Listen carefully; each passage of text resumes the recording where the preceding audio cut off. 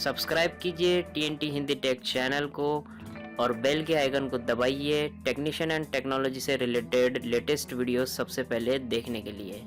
Hello friends, my name is Rajendra Singh Arora और TNT Hindi take में आप सबका स्वागत है। फ्रेंड, जैसा कि आप देख रहे हो कि मेरे पास में एक आरओ प्योरीफायर पड़ा हुआ है और आज हम इस वीडियो में देखने वाले हैं कि इस आरओ के अंदर जो फिल्टर है वो किस तरह से लगाते हैं, मतलब इसे किस तरह से असेंबल करते हैं। तो आज के पूरे इस वीडियो में हम इसके बारे में ही देखेंगे कि इसे किस तरह से असेंबल करते हैं, इसके पाइपलाइन किस तरह से एक दूसरे के साथ में अटैच होती है, क्योंकि कई दोस्तों को कन्फ्यूजन होता है कि आरओ के अंदर जो फिल्टर लगा हुआ होता है वो सीधा या उल्टा किस तरह से हो। क्योंकि मैंने काफ़ी दोस्तों को उसका रिप्लाई भी दिया था, तो फिर भी दोस्तों से आगे से मैसेज आता है कि अगर उसके ऊपर से लेबल ही हट जाए तब कैसे पता चले कि वो किस तरफ से उल्टा है किस तरफ से सीधा है, क्योंकि कन्फ्यूजन तो हर किसी को होती है। और तो फ्रेंड, आज के इस वीडियो में ये कन्फ्यूजन भी हम दूर करेंगे और देखेंगे कि आरओ के अंदर जो फिल्टर लगे हुए होते हैं वो उल्टा और सीधा हम कैसे पहचानें और किस तरह से इसे असेंबल करते हैं, और एक आरओ के अंदर किस तरह से इसके प्रॉपर तरीके से कनेक्शन हुए हुए होते हैं पाइप के। तो चलिए फ्रेंड, ज़्यादा टाइम वेस्ट नहीं करते हैं, शुरू करते हैं।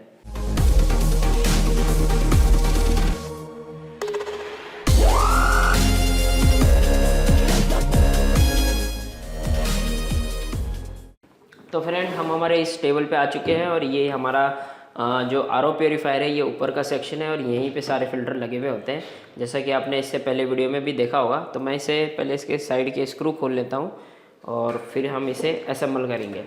तो मैं ये पहले स्क्रू निकालता हूँ। तो फ्रेंड, हमने इसका ये आगे का पैनल निकाल दिया है इसके बॉडी का। और तो फ्रेंड, हम यहाँ पे सबसे पहले देखेंगे कि यहाँ फ़िल्टर किस तरह से अटैच करते हैं। तो ये मैं सारी चीज़ें यहाँ पे हटा रहा हूँ और यहाँ से ये पाइप हटा देता हूँ। आप जब भी कोई आरओ प्योरीफायर असेंबल करते हैं तो उसमें सारी चीज़ें जब आप बदलते हैं, मान लीजिए आप नए फ़िल्टर लगाना चाहते हो, दोबारा से इसे असेंबल कर रहे हैं नए फ़िल्टर लगा के, नए मेम्ब्रेन लगा के, तो उसके साथ साथ आपको ये सारी पाइप पे भी चेंज करनी होगी। क्योंकि अगर आप ये पाइपों को देखेंगे तो इसके अंदर आपको काला कालापन दिखेगा, जंग लगा हुआ दिखेगा या ये पूरी तरह से ख़राब हुए हुए होंगे। तो ये आपको पूरा ही आपको चेंज करना होगा।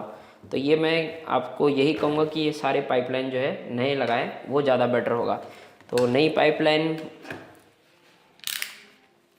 तो नए पाइप ज़्यादा कॉस्टली नहीं आते हैं, बिल्कुल सस्ते आते हैं इसके पाइप।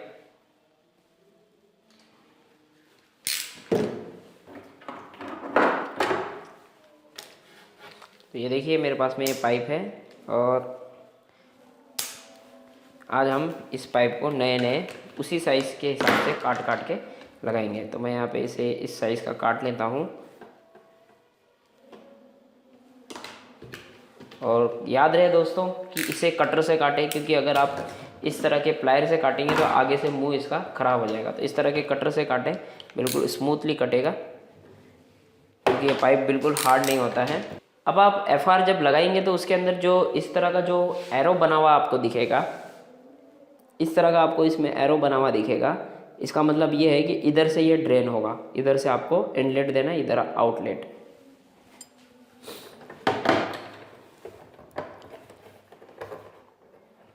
हम ये सारे के सारे पाइप चेंज करने वाले हैं यहाँ पे।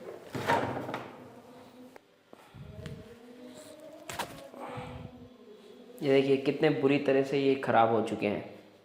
तो इसे हम दोबारा असेंबल कर रहे हैं। यहाँ पे भी एक नया पाइप लगा देंगे हम।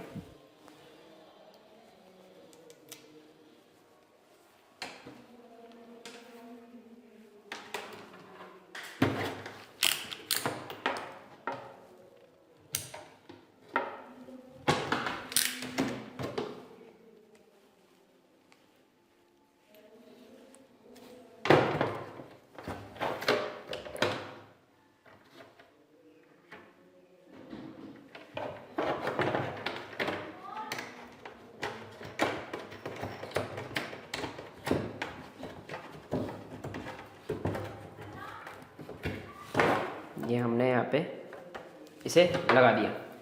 अब हम इसमें फ़िल्टर लगाने वाले हैं।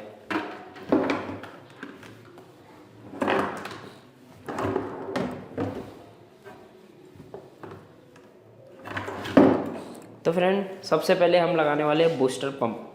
अब बूस्टर पंप का ये वाला जो पाइप है ये कहाँ लगेगा, क्योंकि कन्फ्यूजन सबको होती है कि बूस्टर पंप का जो इनलेट है ये कहाँ से लगेगा और आउटलेट कहाँ पे लगता है। ये प्रॉपर तरीके से लगाए ताकि बूस्टर पंप की जो स्पीड है वो बढ़िया तरीके से बाहर की तरफ निकले और मेम्ब्रेन में उसका अच्छा प्रेशर पड़े, ताकि पानी जो फिल्टर करने की जो स्पीड है पानी की वो ज़्यादा तेज़ हो। क्योंकि कई बार होता ये है कि हम ये बूस्टर पंप सबसे पहले जगह पे हम लगा देते हैं, जैसे कि ये इनलेट पाइप, ये मेन पाइप है, ये अंदर पानी इसमें आ रहा है, और ये ड्रेन पाइप है, ये जो आप दूसरा देख रहे हैं। तो ये यहीं पे डायरेक्ट बूस्टर पंप लगा देते हैं। उसके बाद सारे फिल्टर लगाने के बाद में लास्ट में आपकी मेम्ब्रेन लगा देते हैं, जिसके वजह से वो उसका जो फिल्टर का दबाव है वो कम पड़ता है, और उसकी वजह से पानी जो है फिल्टर धीरे धीरे होता है। तो ये यहाँ पे काफ़ी दोस्तों को कन्फ्यूजन हो सकती है, तो ऐसी कन्फ्यूजन ना हो इसलिए मैं आपको यहाँ पे पूरी डिटेल बता रहा हूँ। तो ये मैं यहाँ पे सबसे पहले अभी बूस्टर पंप रखता हूँ, और ये देखिए ये मैंने खाली रखा है, और आप यहाँ पे नीचे पेच लगे हुए हैं उसके साथ में कस दीजिएगा इसको, और सॉरी इसे यहाँ से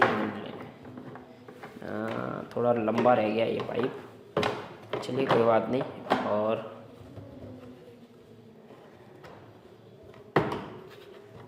यहीं आएगा, और उसके बाद में हमें लगाना है मेम्ब्रेन, ये वाली मेम्ब्रेन। अब इसे मैं खोल के दिखाता हूँ इसमें मेम्ब्रेन किस तरह की होती है। तो इसे खोलने के लिए मेरे पास में 2-in-1 चाबी है, जो ये वाली चाबी है जो मेम्ब्रेन के ढक्कन को खोलती है, और ये वाली जो चाबी है ये जो इस आरओ से पहले जो प्री फिल्टर जो लगता है हमारा, ये वाला प्री फिल्टर, इसे प्री फिल्टर बोलते हैं, इसे खोलने के लिए ये वाली चाबी है। तो इसे हम बाद में देखेंगे।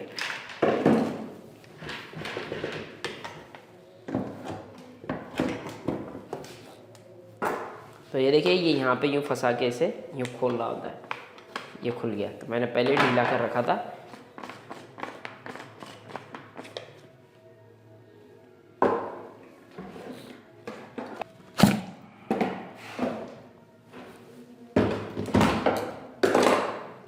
तो फ्रेंड ये कुछ इस तरह से इसमें लगा हुआ है। तो ये मेम्ब्रेन भी काफ़ी ख़राब हो चुका है। तो इस वीडियो में हम खाली असेंबल करना सीख रहे हैं, तो मैं अभी आपको यही मेम्ब्रेन लगा के दिखाऊंगा। तो ये इस तरह से आती है, और इसके अंदर ये बिल्कुल इस तरह से जाके फिट होती है, और जब इसे हम पुश करते हैं तो एक कट की आवाज़ आती है। तो ये थोड़ी ख़राब हो गई है इसलिए आपको अभी महसूस नहीं होगी, तो हम ये बाद में देखेंगे। और जब आप इसे फिट करते हो तो बिल्कुल अच्छे से फिट करना है यहाँ पे। हालांकि ये जैसा कि यहाँ पे आप देख रहे हैं हाउसिंग, जो इसे हम हाउसिंग बोलते हैं, और ये उसके अंदर जो लगी है ये मेम्ब्रेन है। तो यहाँ पे ये जो काला काला सा आप देख रहे हो ये वॉशर है, इसका रबड़ सील, इसे गैस किट भी बोलते हैं, और ये सील लगी हुई है। इसके वजह से पानी का जो लीकेज है वो रुक जाती है। तो ये हमने इसे यहाँ पे लगा दिया, और इसे अच्छे से कसना है अब।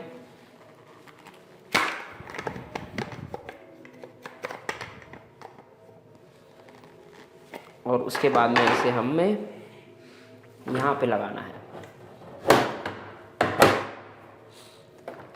अब यहाँ पे आपको ध्यान देते चलना है कि ये मेम्ब्रेन हमने जो लगाई है इसमें आउटलेट और इनलेट किस तरह से काम करेगा।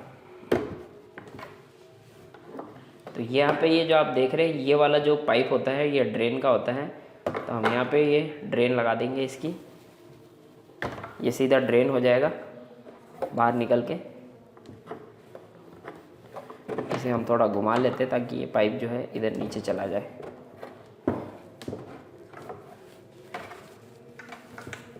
और ये वाला जो पाइप है ये फिल्टर है। और इसके बाद लगाएंगे हम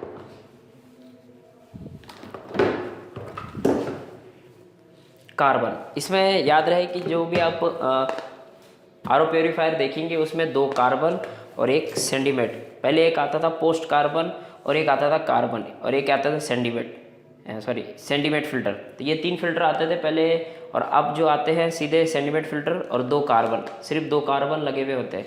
तो एक कार्बन ऐसे, और उसके बाद में बीच में सेंटीमेट, फिर उसके बाद में एक कार्बन, कुछ इस तरह से लगा हुआ होगा ये। तो चलिए मैं इसे लगाता हूँ, पहले कार्बन लगाता हूँ।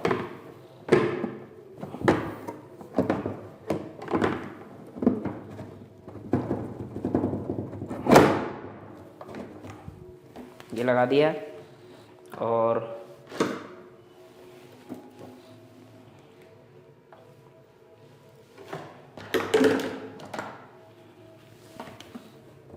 इसके बाद में इससे ये लगा। अब आप यहाँ देखेंगे, ये देखिए, सॉरी मैं आपको दिखाता हूँ।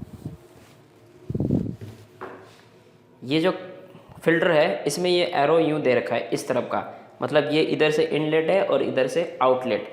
अब इसे बिल्कुल इजी तरीके से कैसे पहचाने कि ये इनलेट है या आउटलेट। अगर आप यहाँ पे एक पाइप लगाएंगे इनलेट की तरफ, तो यहाँ से आप पाइप लगा के इसमें जब आप प्रेशर से फूंक मारेंगे तो यहाँ से इजीली हवा जो है पास हो जाएगी। अगर यही चीज़ अगर आप इसे उल्टी साइड से करेंगे इस तरफ से, तो यहाँ से ये चीज़ है पास नहीं होगी, यहाँ पे जाम होने लग जाएगी और आप जो फूंक मारे हो वो वापस रिटर्न आपकी तरफ आएगा। तो ये है इसका एक तरीका पहचानने का कि इनलेट कौन सा है, आउटलेट कौन सा है। आउटलेट जो होता है जहाँ से आप मुंह से आप हवा देंगे, प्रेशर देंगे इसके अंदर, तो ये आपको वापस रिटर्न देगा। अगर आप यही इनलेट की तरफ से प्रेशर दोगे मुंह से, तो ये इजीली बाहर निकल जाएगा इस तरफ से। तो ये पहचानने का तरीका है कि इनलेट कौन सा है और आउटलेट कौन सा है। तो ये बिल्कुल आसान तरीका है पहचानने का। तो पाइप लगा के ऐसा कीजिएगा। तो चलिए मैं यहाँ पे एक ये लगाता हूँ और उसके बाद में इधर से जा रहा है इसका इनलेट और इधर से इसका इनलेट सेंटीमेट फ़िल्टर, और उसके बाद लगाता हूँ मैं मेम्ब्रेन फ़िल्टर के साथ में कार्बन। तो इसे मैं यूँ रखता हूँ, इधर से इनलेट है, इधर से आउटलेट, ये मैंने लगा दिए। अब इसके रह गए पाइपिंग। तो यहाँ पे ध्यान से देखना कि हम पाइपिंग में कैसे करता हूँ। तो फ्रेंड बीच में वीडियो कट हो गया था जिसे मैंने ध्यान नहीं दिया था, तो मैं आपको यहाँ पे दोबारा समझाता हूँ। तो ये मैं एक बार इसे हटाता हूँ यहाँ से और मैं आपको दोबारा समझाता हूँ।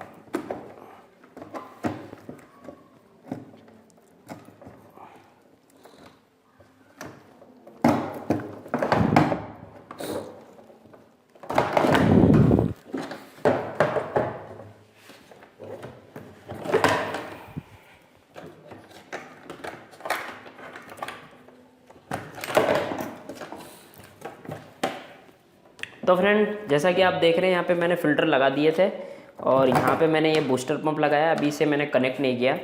और यहाँ पे जो मैंने सबसे पहले कार्बन फ़िल्टर लगाया था, उसके ऊपर सेडिमेंट फ़िल्टर लगाया था, उसके बाद में यहाँ ऊपर कार्बन है और इसके नीचे मेम्ब्रेन फ़िल्टर है, जो मेम्ब्रेन हाउसिंग और फिल्टर दोनों प्लस होता है ये।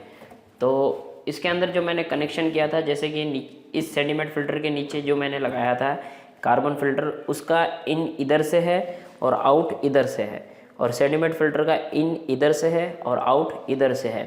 तो इसके ऊपर जो फ़िल्टर लगा हुआ है कार्बन फ़िल्टर, उसका इन इधर से है और इसका आउट इधर से है। तो इसके बाद में जो मेम्ब्रेन वाला लगा हुआ है वो उसका फ़िल्टर का इन इधर से है और इसका आउट इधर से है। तो आउट और ड्रेन इधर से ही होता है। जैसे कि मैंने शुरू में बताया था, ड्रेन पाइप के साथ में एक FR लगा हुआ होता है, और उसके बाद में जो ये फ़िल्टर लगा हुआ है, ये पाइप लगा हुआ है दूसरा वाला, ये मेम्ब्रेन के साथ में ये फ़िल्टर पानी है, ये सीधा जाएगा इस टैंक के अंदर। तो ये मैंने इस टैंक में डाल दिया। अब उसके बाद में ये जो इधर से इन जो हो रहा है, ये आ रहा है डायरेक्ट बाहर से पानी, जो पाइप में से आएगा, नल में से आएगा पानी, वो इधर से आएगा। इनलेट वैल्यू जो हम लगाते हैं उसमें से आकर के इस कार्बन फ़िल्टर में जाएगा, कार्बन फ़िल्टर में से होते हुए सेडिमेंट फ़िल्टर में जाएगा, क्योंकि सेडिमेंट फ़िल्टर में मैंने यहाँ पे ऑलरेडी एक पाइप लगा दिया। उसके बाद में सेडिमेंट फ़िल्टर के से आउट होकर के ये जाएगा बूस्टर पंप में। बूस्टर पंप की इनलेट पाइप के पास में लगेगा हमारा SV, जो जैसे ही ये बूस्टर पंप बंद हो जाता है नीचे टैंक में पानी भरने के बाद में, और ये अडेप्टर बंद हो जाता है, अडेप्टर बंद होते ही बूस्टर पंप बंद होगा और ये SV बंद होगा। SV बंद होते ही पानी रुक जाएगा। जैसे कि हमने ये जो मेम्ब्रेन के अंदर एक ड्रेन पाइप होता है जो पानी को ड्रेन करता है, ख़राब पानी को बाहर फेंक देता है और फिल्टर पानी को टैंक में भर देता है। तो बूस्टर पंप बंद हो जाएगा, तो अगर ये SV नहीं लगाएंगे तो ड्रेन पानी चालू रहेगा, लेकिन फ़िल्टर पानी इसमें नहीं गिरेगा। अगर गिर भी जाएगा तो ये ओवरफ्लो हो जाएगा। कोई फ़िल्टर में गिर भी जाता है तो ये ओवरफ्लो हो जाता है। अगर ये SV नहीं लगा हो तो। ये SV अगर ओपन हो जाए, ओपन में ख़राब हो जाए, मतलब खुलने में ख़राब हो जाए, यहाँ से ये पानी पास हो रहा है और वो ख़राब हो चुका है, बंद नहीं हो रहा है, तो इसमें इसका मतलब ये है कि ये ख़राब हो रहा है, ये कट ऑफ हो रहा है, लेकिन ये पानी को रोक नहीं रहा, उसके वजह से ये ख़राब है। और कई बार ऐसा होता है कि सारा RO चल रहा है लेकिन यहाँ से पानी ड्रेन नहीं हो रहा और ना ही फ़िल्टर हो रहा है, तो इसका मतलब यहाँ से पानी पास नहीं हो रहा, तो उस कंडीशन में भी ये SV ख़राब होता है। तो यहाँ पे मैं ये SV लगाता हूँ, इसमें इनलेट और आउटलेट लिखा हुआ होता है, जैसे कि ये इसमें एरो जो है इस तरफ दिखा रहा है, मतलब इधर से इन है और इधर से आउट है, तो ये इनलेट हो गया। मैं इनलेट जो है सेंटीमेट फिल्टर में से जो आउट निकल रही है पाइप, वो मैं यहाँ लगा देता हूँ। और उसके बाद में ये जो बूस्टर पंप में जो इनलेट पाइप हो रही है, उसका पाइप मैं इसके दूसरे सिरे पे आउट पे लगा देता हूँ। ये हमने लगा दिया। उसके बाद जो बूस्टर पंप का जो आउट है वो इस कार्बन फिल्टर के इनलेट में लगा दूंगा, कुछ इस तरह से।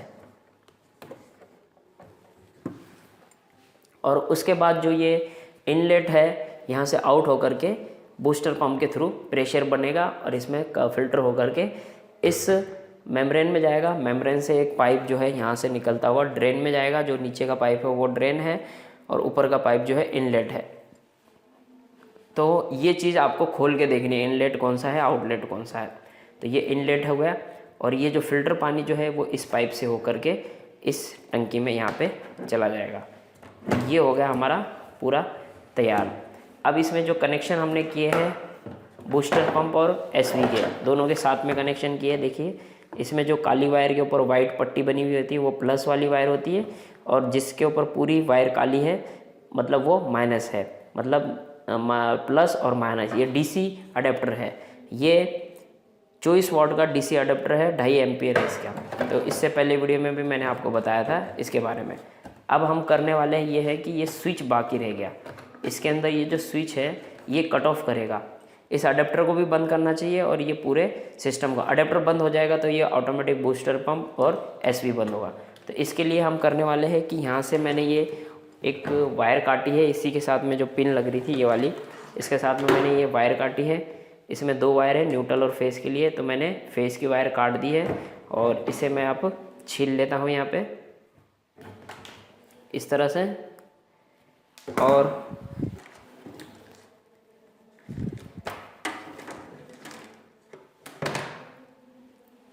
और मैंने ये जो 2 पिन लगा के वायर बनाई है इसे पंच कर देता हूँ एक बार।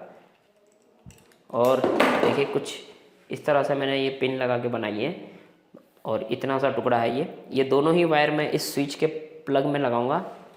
और इसमें एक वायर लग रही है, मैं उसे पहले काट देता हूँ।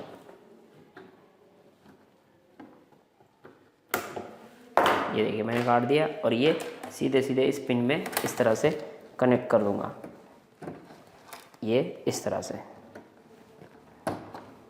और ये 2 वायर है, इसमें से दोनों वायरों को, कोई भी हो चाहे ऊपर वाली हो या नीचे वाली, कोई भी वायर को, इस रेड वायर को जो मैंने अलग निकाली है इस पे लगा के इस पे मैं टेप लगा दूंगा। टेप अच्छे से लगाना है क्योंकि यहाँ पे पानी गिर सकता है, तो ये वाली भी मैं छिल के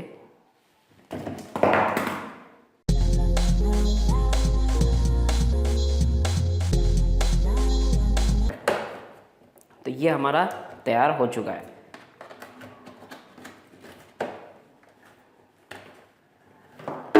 और ये पिन हमारी यहाँ पे।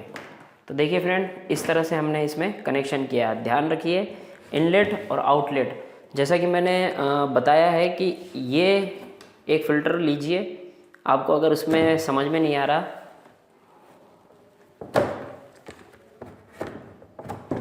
जैसा कि मैंने पहले बताया है कि आपको अगर इसमें समझ में नहीं आ रहा कि इनलेट और आउटलेट कौन सा है, तो आपको इस तरह का कोई पाइप का एक टुकड़ा लेके यहाँ से लगाना है और मुंह से फूंक मारना है। मुंह से फूंक मारने पे अगर इधर से इजीली दूसरी तरफ से हवा निकल रही है तो इसका मतलब ये है कि ये इनलेट है और ये आउटलेट है।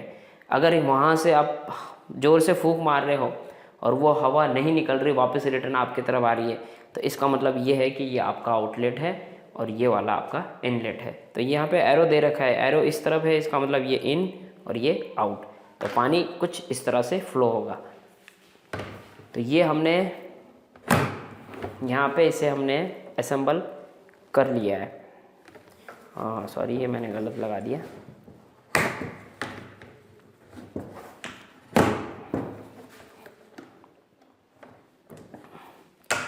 तो यहाँ पे हमने इसे पूरी तरह से असेंबल कर लिया।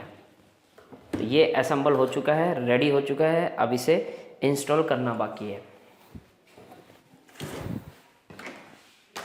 तो हमने इसमें ये वो पुराना मॉडल SV हमने इस्तेमाल नहीं किया, हमने नए मॉडल का SV इस्तेमाल किया है और ये पुराने मॉडल का हम ऐसे ही रखेंगे। और इसे इंस्टॉल करते समय आपको इस फिल्टर में, ये जो फिल्टर बाहर की तरफ लगा हुआ है, एक्सटर्नल फिल्टर होता है बाहर की तरफ लगा हुआ, इसके अंदर एक कैंडल होती है। वो कैंडल कुछ इस तरह से आती है पैकिंग में, वो इसके अंदर लगी हुई होती है और ये ख़राब हो जाती है हर 3 महीने में। तो ये फ़िल्टर हर 3 महीने में इसके अंदर की जो कैंडल है ये वाली, ये हर 3 महीने में चेंज होगी। अगर पानी बहुत ज़्यादा TDS वाला या बहुत ज़्यादा ख़राब है तो। अगर बहुत ज़्यादा ख़राब नहीं है, नॉर्मल पानी आता है, TDS उसका कम होता है, मान लीजिए 200 या 180 का TDS आ रहा है जिस एरिया में, तो उनको ये 6 महीने में चेंज करना पड़ता है। ये वाला फ़िल्टर 6 महीने में चेंज करना पड़ता है। अगर मान लीजिए उनका TDS अगर मान लीजिए उनका TDS 250 से ऊपर है तो उन्हें ये हर 3 महीने में चेंज करना पड़ेगा। अगर ये वाला फ़िल्टर हर 3 महीने में या कुछ भी मान लीजिए इसे साफ़ रहे, जितना ये साफ़ रहेगा उतने ये फ़िल्टर आपकी लाइफ अच्छी देंगे। लाइफ का मतलब ये 1 साल के अंदर पूरे रिप्लेस होने चाहिए। 1 साल के अंदर इसके अंदर लगी हुई मेम्ब्रेन, फिल्टर, सारी चीज़ें 1 साल के अंदर रिप्लेस होनी चाहिए। तो आपको ये ध्यान रखना है कि ये वाला जो फ़िल्टर है बाहर का, ये हमेशा साफ़ सुथरा होना चाहिए। अगर ये साफ़ सुथरा है, टाइम टू टाइम इसकी सर्विस हो रही है या फ़िल्टर चेंज हो रहा है, सफाई हो रही है, तो इसका मतलब ये है कि आपके ये बिल्कुल ओके रहेंगे। अगर यही ख़राब हो गया तो ये ख़राब होने के बाद में इसका ख़राब पानी इसके अंदर चला जाएगा और ये भी ख़राब हो जाएंगे। तो ये साल भर के पहले ही ख़राब हो सकते हैं अगर ये आपका ख़राब हो गया, आपने इस फ़िल्टर की तरफ अगर आपने ध्यान नहीं दिया तो फ्रेंड, आपने देखा कि मैंने यहाँ पे इसे किस तरह से असेंबल किया है। बिल्कुल आसान और बिल्कुल सही तरीका था। इनलेट और आउटलेट आपको पता होना चाहिए, बस इससे ज़्यादा कुछ नहीं है। अगर इनलेट और आउटलेट आपको पता होगा तो आपको इसके अंदर लगाने के लिए फ़िल्टर जो है बिल्कुल ईजी होंगे। तो आपको हमेशा ये ध्यान रखना है कि बूस्टर पंप में इनडायरेक्ट बूस्टर पंप ना लगाए, बूस्टर पंप से 2 फिल्टर लगाए, फिर उसके बाद में बूस्टर पंप के अंदर उसे इनलेट करें, फिर आउटलेट करने के बाद में दूसरा कार्बन यूज़ करके उस कार्बन के साथ में मेम्ब्रेन वाला फ़िल्टर अटैच करें, ताकि प्रेशर अच्छा पड़ेगा और पानी की जो फ़िल्टर करने की जो स्पीड है वो भी ज़्यादा रहेगी। तो कई बार होता यह है कि मैंने खुद कई प्योरीफायर के अंदर देखा हुआ है कि जो दोबारा से असेंबल होता है, दोबारा से सर्विस होकर के नए फ़िल्टर लगते हैं, तो वहाँ पे मैंने ये देखा कि ये जो बूस्टर पंप है ये यहाँ से इनलेट होता है, जो पानी डायरेक्ट इस जगह से इनलेट जो डायरेक्ट होता है वो सीधा इस बूस्टर पंप में लग जाता है और उसके बाद में जो आउटलेट है वो सारे इसमें सर्कुलेशन करता है। उससे होता ये है कि जो आपका मेम्ब्रेन में से जो पानी फिल्टर होकर निकल रहा है वो बहुत ही धीरे धीरे निकलता है, जितनी स्पीड होनी चाहिए उतनी स्पीड में नहीं निकलता। तो ये थोड़ी सी हमारे कई टेक्नीशियन फ्रेंड है जो गलती करते हैं, ये नहीं करना चाहिए, क्योंकि यहाँ पे पानी की स्पीड थोड़ी तेज़ होगी और जितनी इनकी रनिंग की स्पीड जो तेज़ होगी मेम्ब्रेन की, वो मेम्ब्रेन उतना ही बढ़िया रहेगा। अगर उसकी स्पीड स्लो होगी तो वो मेम्ब्रेन धीरे धीरे करके ख़राब हो सकता है, क्योंकि पानी का बहाव अगर धीरे रहेगा तो मेम्ब्रेन के अंदर जो गंदगी जमी है वो, आपने देखा होगा कि अगर पानी का बहाव धीरे होता है तो जिस गंदगी के ऊपर हम पानी डालने की कोशिश कर रहे हैं तो उस पर अगर आप धीरे से पानी डालोगे तो वो गंदगी आगे धीरे धीरे जाएगी। अगर आप पानी तेज़ी से डालोगे तो वो गंदगी तेज़ी से आगे निकल जाएगी। तो कुछ इसी तरह से होता है इसमें। जो ड्रेन पानी के लिए जो दिया हुआ होता है, जो ड्रेन निकलता है पानी, उसकी स्पीड अगर ज़्यादा तेज़ रहेगी तो वो गंदगी उतनी स्पीड में बाहर निकल जाएगी और फिल्टर पानी आपको उतने ही स्पीड में मिलेगा। तो ये चीज़ आपको हमेशा ध्यान रखनी है। तो आई होप फ्रेंड आपको यहाँ पे समझ में आया होगा कि हम आरओ प्योरीफायर को किस तरह से असेंबल कर सकते हैं। यहाँ पे जो मैंने फ़िल्टर का इस्तेमाल किया जिसमें 2 कार्बन और 1 सेडिमेंट फ़िल्टर है। अगर आप चाहो तो 1 कार्बन हटा सकते हो, क्योंकि मैं खुद हटा देता हूँ कार्बन, लेकिन मैंने यहाँ पे लगा के दिखाया है क्योंकि कई आरओ प्योरीफायर के अंदर 2 कार्बन और 1 सेडिमेंट लगा हुआ आता है। पहले 2 अलग अलग टाइप के कार्बन लगे हुए होते थे जिसे हम कार्बन, पोस्ट कार्बन और सेडिमेंट फ़िल्टर कहते थे। तो वो 1 कार्बन आप हट चुका है। अब जितने भी फ़िल्टर आ रहे हैं उसके अंदर 2 कार्बन और 1 सेडिमेंट फ़िल्टर लगा हुआ आपको मिलेगा। तो 2 कार्बन क्या होते हैं, कार्बन उसके अंदर जो ब्लैक कलर के जो दाने होते हैं पत्थर के, वो होता है उसके अंदर कार्बन, वो इस फ़िल्टर के अंदर होते हैं। अगर आप नया फ़िल्टर ख़रीद के लाएंगे, आप उसे हिलाओगे तो छन छन की आवाज़ आपको उसके अंदर महसूस होगी। तो वो इसमें डले हुए हैं। एक फ़िल्टर पहले आता था जिसके अंदर सफ़ेद कलर के पत्थर डले हुए होते थे। 2 टाइप के आते हैं, एक काला और एक सफ़ेद। तो जो कार्बन फ़िल्टर है इसके अंदर काले कलर के पत्थर होते हैं, और एक आता था जो पोस्ट कार्बन जिसे कहते हैं, वो आ नहीं रहा, बंद हो चुका है। उसके अंदर सफ़ेद कलर के पत्थर डले हुए होते थे, उसके अंदर से भी पानी फ़िल्टर होता था। तो वो चीज़ अब नहीं आ रही है, अब ब्लैक आता है और एक सेडिमेंट आता है। अब आप देखिए, अब आप सोचेंगे कि सेडिमेंट फ़िल्टर के अंदर ऐसा क्या होता है। सेडिमेंट फ़िल्टर के अंदर कॉटन जैसी लेयर बनी हुई होती है कपड़े की, और उसी के अंदर से पानी छन के निकलता है। मतलब छान, जैसे हम किसी छन्नी से चाय छानते हैं या कुछ करते हैं, कुछ उसी टाइप से इसमें से निकलता है। और यही चीज़ ये हमारा प्री फ़िल्टर काम करता है। इसके अंदर जो कैंडल लगी हुई होती है वो भी यही काम करती है। जो आपके गंदगी और मट्टी वगैरह जो होती है, बड़ा बड़ा जो कचरा आता है, वो ये फ़िल्टर बाहर की तरफ आपके आर ओ प्योरीफायर के साथ में अगर लगा होगा तो वो ये रोक लेता।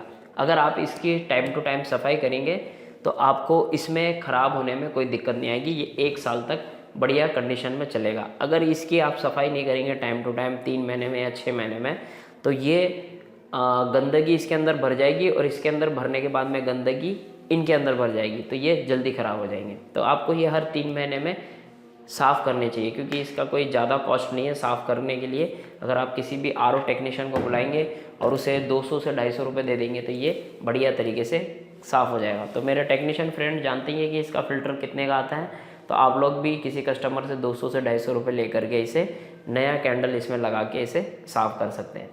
तो आई होप फ्रेंड आपको ये वीडियो काफ़ी पसंद आया होगा, और इसमें भी काफ़ी कुछ आपको सीखने को मिला है। आज के इस वीडियो में हमने असेंबल करना सीखा है। इसके नेक्स्ट वीडियो में हम इसे इंस्टॉल करना सीखेंगे। उसके बाद के वीडियो में हम देखेंगे कि इसके अंदर क्या क्या प्रॉब्लम क्रिएट होती है, किस तरह से इसके अंदर पानी फ़िल्टर नहीं होता है, पानी नहीं फ़िल्टर होने के क्या क्या कारण होते हैं, और अगर प्रेशर से पानी नहीं आ रहा है उसका क्या कारण है, एफआर कैसे ख़राब होता है, या ख़राब हो गया तो उसे हम कैसे चेंज करें। ये सारी चीज़ें, आरओ को रिपेयर और सर्विस करना बहुत मुश्किल नहीं है। अगर आप चाहो तो इसे 1 हफ्ते के अंदर पूरा काम सीख सकते हो, कोई मुश्किल काम नहीं है। बस इसे समझ होनी चाहिए थोड़ी सी इनलेट और आउटलेट की। उसके बाद में अगर आपको ये समझ में आ जाए तो 1 हफ्ते के अंदर आप ये पूरी तरह से आप इसके आरओ प्योरीफायर के टेक्नीशियन हो। तो आप पहले डोमेस्टिक काम स्टार्ट कीजिए, उसके बाद में कॉमर्शियल पे जाइए, क्योंकि कॉमर्शियल के जो फ़िल्टर होते हैं वो बहुत बड़े बड़े होते हैं, हैवी काम होता है थोड़ा, और उसमें थोड़ी आपको प्रॉब्लम आ सकती है। तो उस काम के लिए इनडायरेक्ट ना जाएं, पहले डोमेस्टिक जो हमारे सबके घरों में लगे हुए होते हैं आरओ, यहाँ से स्टार्ट करें। डोमेस्टिक काम जो है वो आपको बिल्कुल इजी आएगा, और जब कॉमर्शियल काम जब आपको मिलेगा वो आपको उससे ज़्यादा इजी लगने लग जाएगा, क्योंकि आप इसे सीखेंगे तो वो वाला जो कॉमर्शियल वाला काम है वो आपको ईजीली आ जाएगा। तो आई होप फ्रेंड आपको ये वीडियो काफ़ी पसंद आया होगा, तो प्लीज़ एक लाइक कीजिएगा, और thank you so much watching this video. मिलते हैं अगले वीडियो में, तब तक के लिए अपना ख्याल रखिएगा। जय हिंद।